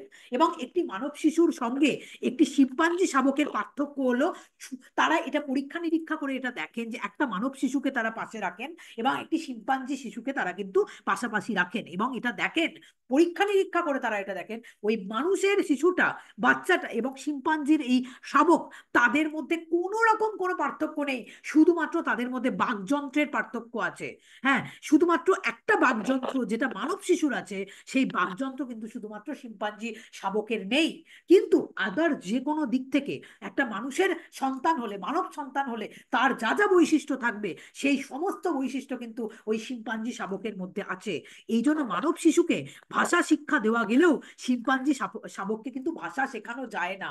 কেন শেখানো যায় না? তার কারণ তার মধ্যে চিন্তা ভাবনা নেই, তার মধ্যে সেলফ কনসাসনেস নেই, তা একদম ঠিক না। তাকে শেখানো যায় না একটাই কারণে, তার মধ্যে বাকযন্ত্রটা নেই। মানুষের মধ্যে যে বাকযন্ত্র আছে সেটা নেই। এখানে ভাষা বলতে কেবলমাত্র শাব্দিক ভাষাকেই বোঝানো হয়েছে। তুমি মনে রাখো, আমরা যখন ভাষা প্রয়োগ করার কথা বলি, আমরা কিন্তু জন হসপার্টসের বইতে অলরেডি আমরা এটা দেখেছি যে ভাষা মানে শুধুমাত্র মুখে কথা বলা নয়। ভাষাকে, ভাষা কিন্তু অন্যান্য অনেকভাবে হতে পারে, অশাব্দিক উপায়েও আমরা অনেক কিছু কিন্তু ব্যক্ত করতে পারি। হাত পা নাড়িয়ে হোক, মুখে কোনো একটা শব্দ করে হোক, আমরা কিন্তু বোঝাতে পারি। হ্যাঁ, শাব্দিক ভাষা যেমন আছে, অশাব্দিক ভাষাও কিন্তু তেমন রয়েছে। সুতরাং ভাষা বলতে এখানে শুধুমাত্র শাব্দিক ভাষাকেই বোঝানো হয়েছে। মানে শাব্দিক ভাষা ব্যতীত আরো অনেক ধরনের ভাষা রয়েছে, যার মাধ্যমে কিন্তু চিন্তা করা যায়, যার মাধ্যমে কিন্তু অন্যের সঙ্গে ভাবের আদান প্রদান করা যায়। যেমন অনেক প্রতীকী ভাষা, সাইন ল্যাঙ্গুয়েজ, আমরা হাতে করে অনেক সাইন ল্যাঙ্গুয়েজ আছে, যে সাইন ল্যাঙ্গুয়েজের মাধ্যমে যারা বধির ব্যক্তি, ডেফ পিপল, তারা কিন্তু মনের ভাব প্রকাশ করে। এইখানে অ্যালেন অ্যান্ড বিয়াট্রি গার্ডনার ওয়াসু নামক একটি শিম্পাঞ্জি শাবকের ওপরে তারা সাংকেতিক ভাষা শিখিয়ে দেখেন যে ওয়াসু কিন্তু ওই ভাষার মাধ্যমে নিজের মনের ভাব প্রকাশ করতে পারছে। সুতরাং নিজের মনের ভাব প্রকাশ করার জন্য শুধুমাত্র মুখেই কথা বলতে হবে, তার শাব্দিক ভাষা প্রয়োগ করতে হবে তা কিন্তু নয়। মনের ভাব প্রকাশ করার জন্য অশাব্দিক উপায়ে অনেক ধরনের পদ্ধতি আছে। এবং এখানে অ্যালেন অ্যান্ড বিয়াট্রি গার্ডনার তারা কিন্তু এটা লক্ষ্য করলেন যে ওই শিম্পাঞ্জি কিন্তু তার কথাগুলোকে তিনি শিম্পাঞ্জি ধরে নিল, এবং ধরে নিয়ে হাত পা আঙুল এগুলোকে নাড়িয়ে দিয়ে সে কিন্তু নিজের মনের ভাবটা সে তার নিজের মতো করে নিজের ভাষায় সে কিন্তু প্রকাশ করতে পারলো। খেয়াল করে দেখো, একটা কুকুরের ভাষা কুকুরই বোঝে, একটা বেড়ালের ভাষা বেড়ালই বোঝে, তাই না? তাদের ক্ষেত্রে ভাষাটা হয়তো শাব্দিক উপায়ে তারা কথা বলছে না, কিন্তু বিভিন্ন ধরনের ধ্বনির মাধ্যমে সে কিন্তু তার মনের ভাব অন্যের কাছে অলরেডি প্রকাশ করে দিচ্ছে। হ্যাঁ, এবং তারা এখানে দেখছেন, মানে ভাবো, অবাক হয়ে যাবে যে অ্যালেন অ্যান্ড বিয়াট্রি গার্ডেনার এটা লক্ষ্য করছেন যে ওয়াসু নামক যে শিম্পাঞ্জিটার উপরে তারা পরীক্ষা নিরীক্ষা করছিলেন, সেই শিম্পাঞ্জি 350টি সংকেত আয়ত্ত করেছে। যেহেতু তার বাকযন্ত্র নেই, এই জন্য কথা সে বলতে পারছে না, যন্ত্রটাই যদি না থাকে সে কথা কি করে বলবে, কিন্তু সে ভাবের আদান প্রদান করার জন্য 350টি সংকেত সে কিন্তু আয়ত্ত করেছে। এবং এর মধ্যে 150টিরও বেশি সংকেত সে সঠিকভাবে প্রয়োগ করতে পারছে। যখন যেটা প্রয়োগ করার বিষয়, সে কিন্তু অলরেডি ওই তোমার অ্যালেন অ্যান্ড বিয়াট্রি গার্ডনারের সঙ্গে 150টিরও বেশি সংকেতকে সে সঠিকভাবে প্রয়োগ করতে পারে এবং একাধিক সংকেত যুক্ত করে সরল বাক্য গঠন করতে পারে। মানে এমন ভাবে সে মানে আকারে ইঙ্গিতে বিষয়টাকে বোঝাচ্ছে, যার মাধ্যমে একটা বাক্যই কিন্তু প্রকাশ পায়, একটা সরল বাক্যই কিন্তু প্রকাশ পায়। হ্যাঁ, আয়নায় ওয়াসু নিজের নিজস্ব প্রতিকৃতি দেখিয়ে যদি জিজ্ঞাসা করা হয় যে এটি কে, ওয়াসুকে জিজ্ঞাসা করা হচ্ছে পরীক্ষা নিরীক্ষা করার সময়, আয়নায় দেখিয়ে যদি জিজ্ঞাসা করা হয় এটা কে, ওয়াসু তৎক্ষণাৎ কিন্তু সাংকেতিক ভাষায় উত্তর দিয়ে দেয় আমি ওয়াসু। মানে কোনো না কোনো ভাবে সাংকেতিক ভাষায় সে কিন্তু এগুলোর উত্তর দিয়ে দিতে পারছে। তাছাড়া ভবিষ্যৎ ইচ্ছা করার জন্য ওয়াসু সংকেত ব্যবহার করা সে ব্যবহার করতে পারে, অর্থাৎ ভবিষ্যতের কোনো কিছুকে নির্দেশ করার জন্য ওয়াসু কিন্তু বিভিন্ন ধরনের সংকেতও সেখানে ব্যবহার করতে পারছে। সুতরাং নিজের মনের ভাবকে প্রকাশ করার জন্য যে শুধুমাত্র কথাই বলতে হবে তা কিন্তু নয়, সেটাকে কিন্তু বিভিন্নভাবে নিজের মনের ভাবকে প্রকাশ করতে করা যায়। যারা কথা বলতে পারে না তারা কি নিজের মনের ভাব প্রকাশ করতে পারে না? তার মানে কি তার চিন্তন সামর্থ্য নেই, সে সেলফ কনসিয়াস নয়? এটা কিন্তু একেবারেই ঠিক নয়। সে কিন্তু বিভিন্ন আকার ইঙ্গিতের মাধ্যমে সে কিন্তু নিজের মনের ভাব প্রকাশ করতে পারে। তেমনি ভাবেও এখানে কিন্তু অ্যালেন অ্যান্ড বিয়াত্রি গার্ডেনার তারা কিন্তু শিম্পাঞ্জির উপরে পরীক্ষা নিরীক্ষা করে দেখলেন যে 150টিরও বেশি সংকেত কিন্তু তারা সঠিকভাবে আয়ত্ত করতে তারা কিন্তু এখানে পারছে। তার মানে এটা ধরে নিতে হবে এতদিন অবধি মানুষ যেটা ভাবতো যে অন্যান্য প্রাণীদের চিন্তন ক্ষমতা নেই, তার মধ্যে সেলফ অ্যাওয়ারনেস নেই বলেই তারা কথা বলতে পারে না, নিজের মনের ভাব প্রকাশ করতে পারে না, এটা ঠিক নয়। শুধুমাত্রই তাদের বাকযন্ত্র নামক যন্ত্রটা নেই বলে তারা কিন্তু কথাটা বলতে পারে না। বাট অন্য যে কোনো উপায় আমরা দেখি না, তারা তো নিজেদেরকে, একটা কাক, হ্যাঁ, তার একটা আওয়াজের মাধ্যমে কিন্তু সমস্ত কাককে একত্রিত ভাবে জড়ো করে দিতে পারে। একটা বিড়াল তার চিৎকারের মাধ্যমে কিন্তু আদার্স আরো বিড়ালকে জড়ো করে দিতে পারে। সুতরাং তাদের ভাষাটা বোঝা বা তাদের ইঙ্গিতটাকে বোঝার ক্ষমতা মানুষের নেই। মানুষ সবকিছু পারবে তা নয়, মানুষের ভাষা বোঝার ক্ষমতা যেমন তাদের নেই, তাদের ভাষা বোঝার ক্ষমতাও হয়তো মানুষের নেই, তাই নয় কি?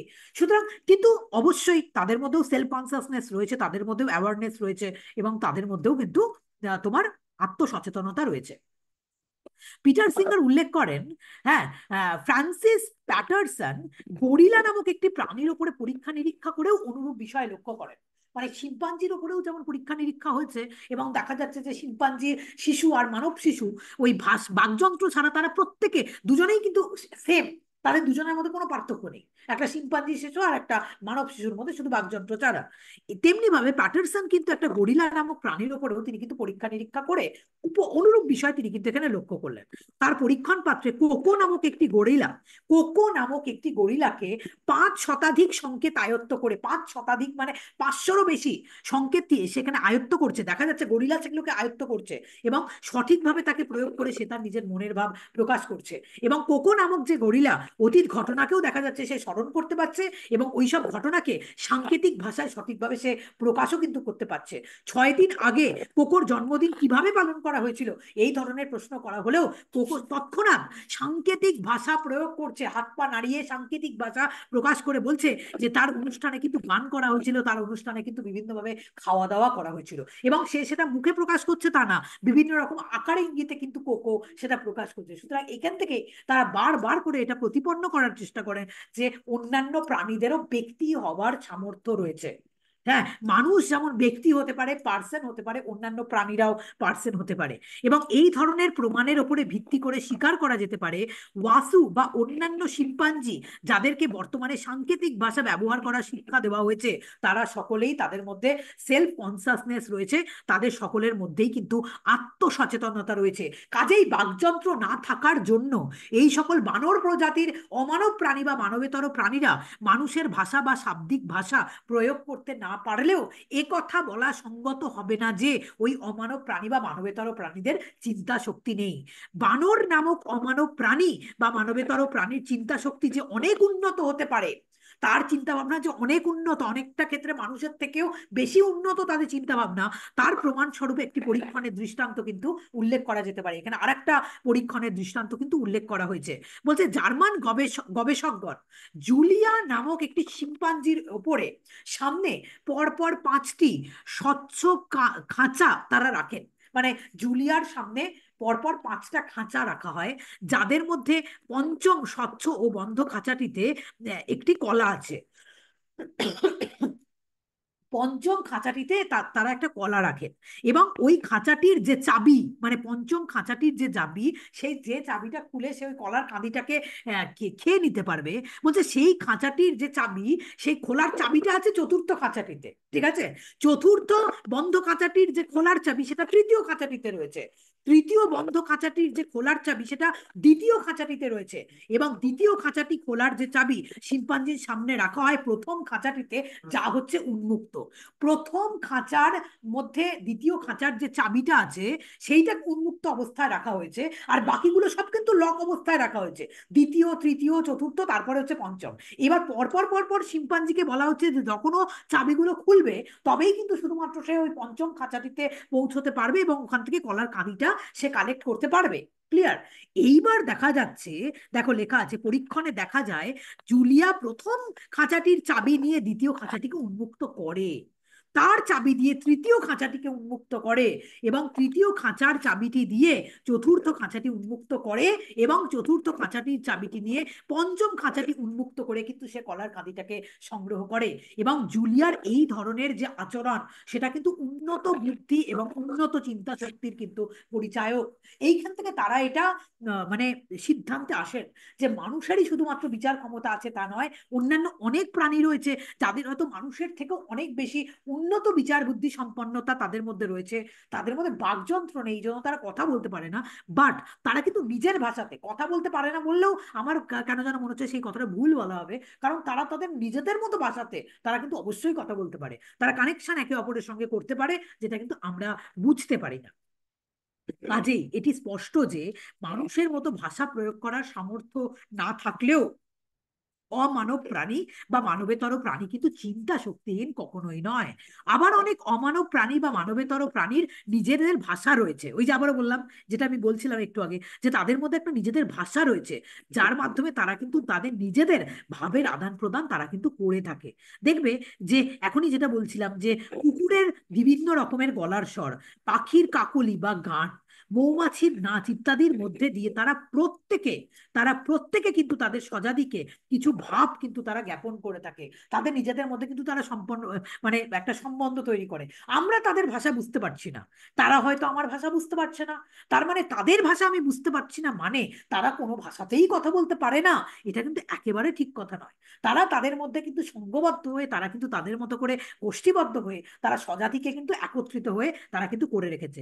মধু সংগ্রহ করে মৌমাছিরা তাদের মৌচাকের কাছে গিয়ে বিশেষ একভাবে ঘুরে বেড়ায়, হ্যাঁ, যা তাদের নাচের মতো। হ্যাঁ, দেখবে মধু সংগ্রহ করে মৌমাছিরা তাদের মৌচাকের কাছে গিয়ে বিশেষ একভাবে ঘুরে বেড়ায়, এবং তাদের বিচিত্র আচরণ থেকে মৌচাকের মৌমাছিরা জানতে পারে যে মধুর উৎস কত দূরে এবং কোন দিকে, এবং এই হিসাবে তারাও কিন্তু মধু সংগ্রহের জন্য যাত্রা করে। মানে বাকি যারা আছে তারাও কিন্তু ওদের অ্যাক্টিভিটি দেখে, বাকি মৌমাছিগুলোর অ্যাক্টিভিটি দেখে, তাদের আচরণ দেখে তারাও কিন্তু জানতে পারে যে কোথা থেকে তারা মধু সংগ্রহ করে আনছে। ক্লিয়ার? সুতরাং তারা কি একে অপরের সাথে কানেক্টেড নয়? তারা অবশ্যই একে অপরের সঙ্গে তারা কিন্তু কানেক্টেড। মানুষের মতো অমানব প্রাণী বা মানবেতর প্রাণীরাও যে পরিকল্পনা অনুসারে কাজ করতে পারে, অনেকে আমরা এটা মনে করি যে মানুষই শুধুমাত্র পরিকল্পনা অনুসারে কাজ করতে পারে আর অন্যান্য প্রাণীদের সেই ক্ষমতা নেই, আমরা এটা মনে করি, কিন্তু এটা সম্পূর্ণরূপে ভুল। মানুষের থেকেও অনেক পরিকল্পনা মাফিক অন্যান্য যারা প্রাণীরা রয়েছে, পশুরা রয়েছে, বা অন্যান্য পাখিরা যারা রয়েছে, মানুষের থেকেও বেশি আমি বলতে পারি যে তারা পরিকল্পনা অনুসারে কাজ করতে পারে। তার অনেক রকম দৃষ্টান্ত কিন্তু দেখতে পাওয়া যায়। এখানে বলছে যে আমস্টারডাম চিড়িয়াখানায় বিস্তীর্ণ বনাঞ্চলে ফ্রান্স দা ওয়াল এবং তার সহকর্মীরা শিম্পাঞ্জিদের জীবন প্রণালীর উপরে গভীরভাবে পর্যবেক্ষণ করেন। তারা বেশিরভাগ ক্ষেত্রে শিম্পাঞ্জি, গরিলা, এরা যেহেতু হোমোস্যাপিয়েন্সের প্রজাতির একটু কাছাকাছি, এই জন্য তাদের উপরেই কিন্তু বেশি পরীক্ষা নিরীক্ষাটা হয়েছে। ঠিক আছে? এবং এখানে কিন্তু বারবার করে একটা জিনিসই প্রতিপন্ন হয়েছে, শুধু বাকযন্ত্র ছাড়া, ঠিক আছে, ওই মানুষ আর গরিলার মধ্যে কোনো পার্থক্য নেই, মানুষ আর শিম্পাঞ্জির মধ্যে কোনো ধরনের কোনো পার্থক্য নেই। মানুষেরও যেমন সুখ দুঃখ বিচার ক্ষমতা আছে, অন্যান্য গরিলা শিম্পাঞ্জিরও কিন্তু ওই সুখ দুঃখ বিচার ক্ষমতা আছে। এবং এই আমস্টারডাম চিড়িয়াখানায় বিস্তীর্ণ বনাঞ্চলে, হ্যাঁ, শিম্পাঞ্জিদের জীবন যাত্রা নিয়ে একটা কিন্তু গভীরভাবে পর্যবেক্ষণ করা হয়, এবং লক্ষ্য করা হয় শিম্পাঞ্জিরা দলবদ্ধভাবে সহযোগিতার ভিত্তিতে এমন সব কাজ করে থাকে যাতে লক্ষ্য সাধনের জন্য পরিকল্পনা মাফিক সুস্পষ্ট কাজ হয়। মানে এমন কিছু কাজ করছে, তাদের অ্যাক্টিভিটি দেখা হচ্ছে, তাদের জীবন প্রণালী দেখা হচ্ছে, এবং এই জীবন প্রণালী দেখতে গিয়ে দেখা যাচ্ছে যে তারা এমন সব কাজ করছে, হ্যাঁ, যাতে পরিকল্পনা না থাকলে, একত্রিতভাবে পরিকল্পনা না থাকলে এই ধরনের কাজগুলো করা একেবারে অসম্ভব। মানে একজন এই কাজ কখনো করতে পারবে না, দলবদ্ধভাবে পরিকল্পনা মাফিকই শুধুমাত্র কিন্তু এই কাজগুলো করা যায়, নচেত এই কাজগুলো করা কারোর পক্ষে সম্ভব না। যেমন গাছের কচি পাতাগুলি খাওয়ার জন্য, হ্যাঁ, মনে করো একটা বড় বড় গাছ, এবং এই গাছের কচি পাতাগুলো খাওয়ার জন্য তারা দলবদ্ধভাবে গাছের ডালে উঠে ডালগুলোকে তারা ভেঙে ফেলে, যা কোনো একটি শিম্পাঞ্জির একার পক্ষে সম্ভব নয়। বলছে যে গাছের কচি পাতাগুলো খেয়ে নেবে বলে কি করছে, তারা দলবদ্ধভাবে গাছের ডালগুলোকে ভেঙে ফেলছে। একজনের পক্ষে সেই ডাল ভাঙা কোনোদিন সম্ভব নয়, দলবদ্ধভাবে সে ডালগুলো ভাঙছে এবং সেখান থেকে কিন্তু সে খাবারগুলোকে সংগ্রহ করছে বা কচি পাতাগুলোকে সে খাচ্ছে। এবার শিম্পাঞ্জিদের এক প্রকার এই উপদ্রবের হাত থেকে বাঁচার জন্য, যারা বনাঞ্চলের সুরক্ষার জন্য যারা নজর দেয়, তারা দেখছে যে না, শিম্পাঞ্জিরা তো প্রচন্ডভাবে ধরো মানে খারাপ কাজ করছে, মানে বনাঞ্চলের ব্যাপকভাবে ক্ষতি করছে। এই জন্য তারা কি করে বলতো, তারা কি করছিল, মনে করো গাছের যে গুড়িটা আছে, সেই গুড়িটার চারপাশে বৈদ্যুতিক তার তারা জড়িয়ে দিচ্ছিল। মানে শিম্পাঞ্জি ওই গাছটা বেয়ে ওপরে উঠে একত্রিতভাবে তারা গাছের ডালটাকে ভাঙতেও পারবে না এবং সেখানের কচি পাতাগুলো খেতেও পারবে না। তার জন্য গাছের যে গুড়িটা আছে, ট্রাঙ্কটা আছে, সেই ট্রাঙ্ককে তারা কি করছিল, বৈদ্যুতিক তার দিয়ে যুক্ত করে দিচ্ছিল, যাতে শিম্পাঞ্জিরা কিন্তু গাছের গুড়ি বেয়ে যাতে সে উপরে উঠতেই না পারে। হ্যাঁ, এটা কিন্তু বনাঞ্চল কমিটি করছিল গাছের পাতাগুলোকে বাঁচানোর জন্য। কিন্তু অদ্ভুত ভাবে দেখা যায় যে ওই ব্যবস্থার পর দলবদ্ধভাবে শিম্পাঞ্জিরা কি করছে, যত মানে নোংরা নোংরা পাতা বা মৃত পাতা, মৃত পাতাগুলো কি হয়, গাছে তো আর থাকে না, তারপরে তো নিচে পড়ে যায় সেই মৃত পাতাগুলো, তাই না, গোড়ার দিকে তো সেই মৃত পাতাগুলো পড়ে যায়। দেখা যাচ্ছে ওই শিম্পাঞ্জিরা দলবদ্ধভাবে ওই মৃত গাছের, পত্রহীন মৃত গাছের ডাল ভেঙে, সেই সব ডাল মানে যেগুলো ভেঙে পড়ছে, সেই সব ডাল তারা সজীব গাছের গোড়ায় তারা সঞ্চিত করছে। ঠিক আছে, একত্রিতভাবে তারা সঞ্চিত করছে, তারা একটা উঁচু ঢিবি তৈরি করছে, শুকনো পাতা, শুকনো ডাল, এগুলোর একটা উঁচু ঢিবি তৈরি করে যত দূর অব্দি বিদ্যুতের তার লাগানো আছে, ঠিক তত দূর অব্দি তারা একটা উঁচু লেয়ার তৈরি করছে, এবং ওই লেয়ারের ওপর উঠে গিয়ে তারা কিন্তু ঝাঁপ দিয়ে তারা কিন্তু উপরের ডালগুলোকে তারা ভেঙে দিচ্ছে।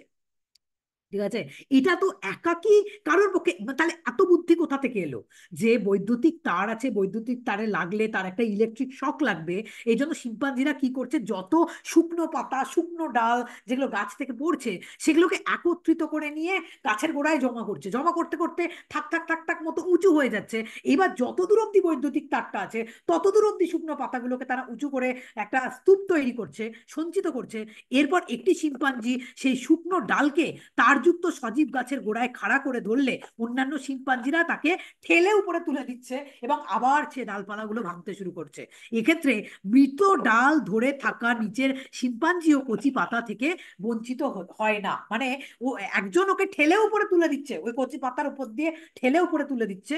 হ্যাঁ, এবং দেখা যাচ্ছে তারা কিন্তু সংঘবদ্ধভাবে সেই কাজটাকে কিন্তু সম্পন্ন করছে, কারণ গাছের উপর থেকে অন্যান্য শিম্পাঞ্জিরা ডাল ভেঙে ভেঙে নিচের শিম্পাঞ্জিগুলোকেও তার ভাগ দিচ্ছে। সে যে একা একা উপরে গিয়ে নিজেই যে কচি পাতাগুলো খেয়ে নিচ্ছে তা কিন্তু নয়, নিচে যারা শিম্পাঞ্জিরা রয়েছে, যারা তাকে হেল্প করেছিল, দলবদ্ধ হতে যারা হেল্প করেছিল, তাদেরকেও সে কিন্তু ডালগুলো, কচি ডালগুলো ভেঙে ভেঙে সেই সব নিচের শিম্পাঞ্জিদেরও কিন্তু সে ভাগ দিচ্ছে। তার মানে এখানে বুঝতে পারছো যে তারা কতটা দলবদ্ধভাবে, তারা কতটা পরিকল্পনা মাফিক তারা কাজ করতে পারে।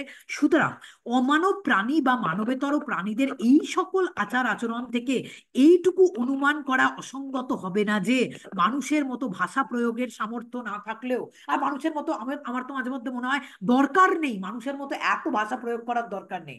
আমরা নিজেদেরকে ভীষণ চালাক বলে মনে করি, এই মানুষরা নিজেদেরকে ভীষণ চালাক মনে মনে করি, এবং অত্যন্ত নিম্ন শ্রেণীর আমরা আমরা হচ্ছে, মানুষরা হচ্ছে অত্যন্ত নিম্ন শ্রেণীর, যে নিজের প্রজাতির মানুষকেই আঘাত করে, ঠিক আছে, তাদেরকেই মেরে বড় হতে চায়। কিন্তু অন্যান্য প্রাণীদের মধ্যে এই বৈশিষ্ট্য কোনোদিন থাকে না। সে কখনো নিজের প্রজাতির কোনো পশুকে সে কিন্তু হত্যা করে না, নিজের প্রজাতির কোনো একটা প্রাণীকে সে মানে কখনো তুমি দেখবে যে তাদেরকে কখনো আঘাত করে না, বা তাদেরকে কখনো মানে প্ররোচিত করে না। নিজের প্রজাতির মানুষের, নিজের প্রজাতির প্রাণীকে তারা কখনো ক্ষতি করে না। আর মানুষই হচ্ছে একমাত্র প্রজাতি যে নিজের প্রজাতির মানুষকে তারা ক্ষতি করে। ঠিক আছে, এটা হচ্ছে মানুষের ধর্ম। সুতরাং এইটা অনুমান করা অসঙ্গত হবে না যে মানুষের মতো ভাষা প্রয়োগের সামর্থ্য না থাকলেও অমানব প্রাণী বা মানবেতর প্রাণীদের মধ্যে অনেক প্রজাতি আত্মসচেতন জীব, ঠিক আছে, অনেক প্রজাতি আছে যারা আত্মসচেতন জীব, যারা অতীতের ঘটনা স্মরণ করতে পারে এবং কামনা সিদ্ধির জন্য ভবিষ্যতের পরিকল্পনাও তারা করতে পারে, তারা সব পারে। তারা অতীতের ঘটনা স্মরণ করতে পারে, কামনা সিদ্ধির জন্য ভবিষ্যতের পরিকল্পনা তৈরি করতে পারে। আর ব্যক্তির লক্ষণ যদি এটা হয়, বা পার্সন হওয়ার যদি লক্ষণ এটা হয় যে তার মধ্যে আত্মসচেতনতা থাকবে, ভবিষ্যতের দৃষ্টি থাকবে, সঙ্গবদ্ধভাবে কাজ করতে পারবে, অতীত দৃষ্টি থাকবে, যদি এটাই যদি ব্যক্তির লক্ষণ হয় বা পার্সন হওয়ার লক্ষণ হয়, আর মানুষের মধ্যে যদি এই পার্সন হওয়ার লক্ষ্য 90% যদি মানুষের এই ধরনের লক্ষণ থাকে, তাহলে কিন্তু এটাও মেনে নিতে হবে এই সকল অমানব প্রাণী বা মানবেতর প্রাণীকে ব্যক্তি বললে তা কিন্তু কোনোভাবেই অসঙ্গত হিসাবে তা কিন্তু কখনো ট্রিট হতে পারে না। এবং সেটা যদি অসঙ্গত না হয়, তাদেরকে যদি ব্যক্তি হিসাবে ট্রিট করা হয়, তাহলে কিন্তু এটা মাথায় রাখতে হবে যে মানুষকে হত্যা করা বা ব্যক্তি বিশেষকে হত্যা করা যদি অন্যায় হিসাবে ট্রিট হয়, আত্মসচেতন জীবকে, যারা ভবিষ্যৎ দ্রষ্টা, আত্মসচেতন জীবকে যদি হত্যা করা অন্যায় হয়, তাহলে অন্যান্য প্রাণীকে, অন্যান্য মানবেতর প্রাণীকে মানুষরা নিজেদের প্রয়োজনের স্বার্থে বা স্বার্থ সিদ্ধির স্বার্থে যেভাবে তাদেরকে হত্যা করছে, সেই হত্যা করাটাও কিন্তু নৈতিকভাবে চরমভাবে অন্যায়। কারণ তারাও কিন্তু ব্যক্তি হিসাবে ট্রিট হওয়ার তারা কিন্তু যোগ্য, তারাও ব্যক্তি হতে পারে। মানুষ যদি ব্যক্তি হতে পারে, অন্যান্য প্রাণীরাও কিন্তু অবশ্যই ভাবে ব্যক্তি হবার সম্পূর্ণ যোগ্যতাও কিন্তু তাদের মধ্যে রয়েছে। সুতরাং এইখান থেকে পিটার সিঙ্গার এইটা প্রুফ করলেন, প্রুফ করলেন যে অন্যান্য প্রাণীদেরকে হত্যা করা সেটাও কিন্তু তোমার নৈতিক দিক থেকে চরমভাবে অন্যায়। অ্যানিমাল কিলিং, অন্যান্য প্রাণীকে হত্যা করা নৈতিকভাবে অন্যায়। এবং এর পরের ক্লাসে আমরা লাস্ট যে বিষয়টা, কালকেই আমরা আগামীকালই এই ক্লাসটা করে এই পোর্শনটা শেষ করব, যে killing of non human persons. তার মানে তিনি এখানে পার্সন শব্দটাকে যুক্ত করে দিলেন, দেখেছো খেয়াল করে? এইবার তিনি প্রুফ করে দিলেন, পুরো বিষয়টাকে প্রমাণ করে দিলেন। প্রমাণ করে দিয়ে তিনি কিন্তু নন হিউম্যান অ্যানিমাল বললেন না, তিনি এটা বললেন যে killing of non human person.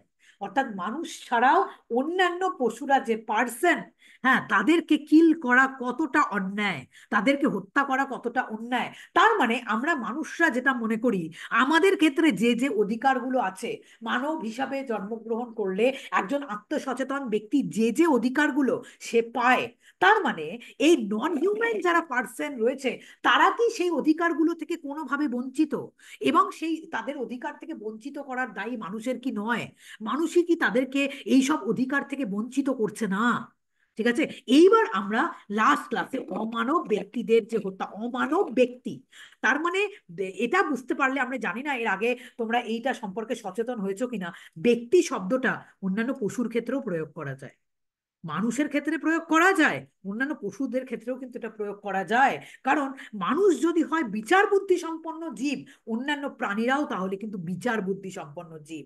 হ্যাঁ, তারা হয়তো মানুষের মতো করে কথা বলতে পারে না, অনেক ভাষায় হয়তো কথা বলতে পারে না, কিন্তু আমি মনে করি যে প্রত্যেক জনের আলাদা আলাদাভাবে ভাষা আছে। তারা চিহ্ন বলো, সংকেতের মাধ্যমে বলো, হাত পা নাড়ানোর মাধ্যমে বলো, যে কোনো ভাবে বলো, তারা নিজেদের প্রজাতির সমস্ত রকম যারা রয়েছে, যারা প্রাণীরা রয়েছে, তাদের সাথে তারা কানেক্টেড হতে পারে, তারা ওয়েল কানেক্টেড। মানুষ এতটা ওয়েল কানেক্টেড না অন্য প্রাণীরা যত ওয়েল কানেক্টেড।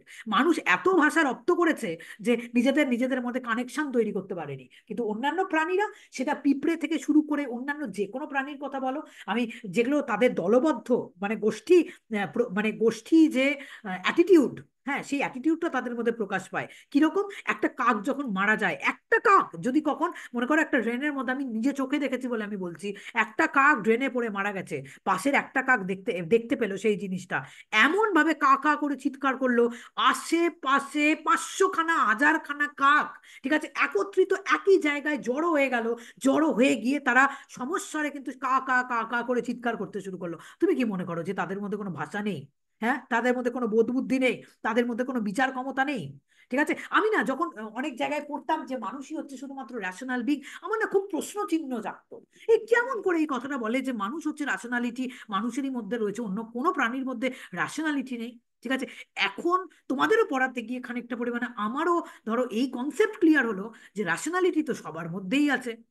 ঠিক আছে, একটা পিঁপড়ে যখন একটা রাস্তা দিয়ে যায়, তাদের গোষ্ঠী চেতনা তুমি দেখো, তোমার গোষ্ঠী চেতনা এতটা নয় যতটা পিঁপড়ের গোষ্ঠী চেতনা, তারা একই লাইন বরাবর সবাই যায়।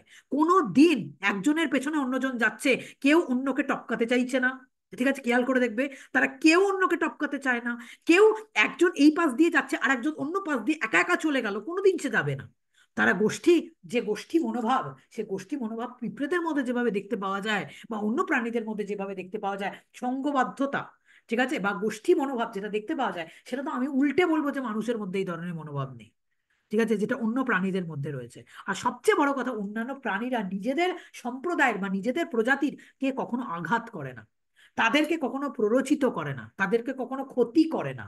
আর মানুষই হচ্ছে একমাত্র প্রজাতি যে মানুষকেই ক্ষতি করে, নিজেদের মানুষকেই ক্ষতি করে দিচ্ছে, নিজেদের পরিবারের মানুষকে ক্ষতি করছে, বাট অন্য প্রাণীরা কিন্তু সেটা কোনোদিনই করে না। তার মাধ্যমে এখান থেকে এটাই আজকের ক্লাসে এটাই প্রুফ হচ্ছে যে অন্যান্য প্রাণীদেরও পার্সন হওয়ার যোগ্যতা আছে, তারাও ব্যক্তি, অমানব ব্যক্তি তারা, ব্যক্তি। এটা একটা বিশাল বড়, আমি তোমাকে আরেকটা পয়েন্ট বললাম, যেটাও কিন্তু একটা বড় রিসার্চ করার মতো জায়গা হতে পারে।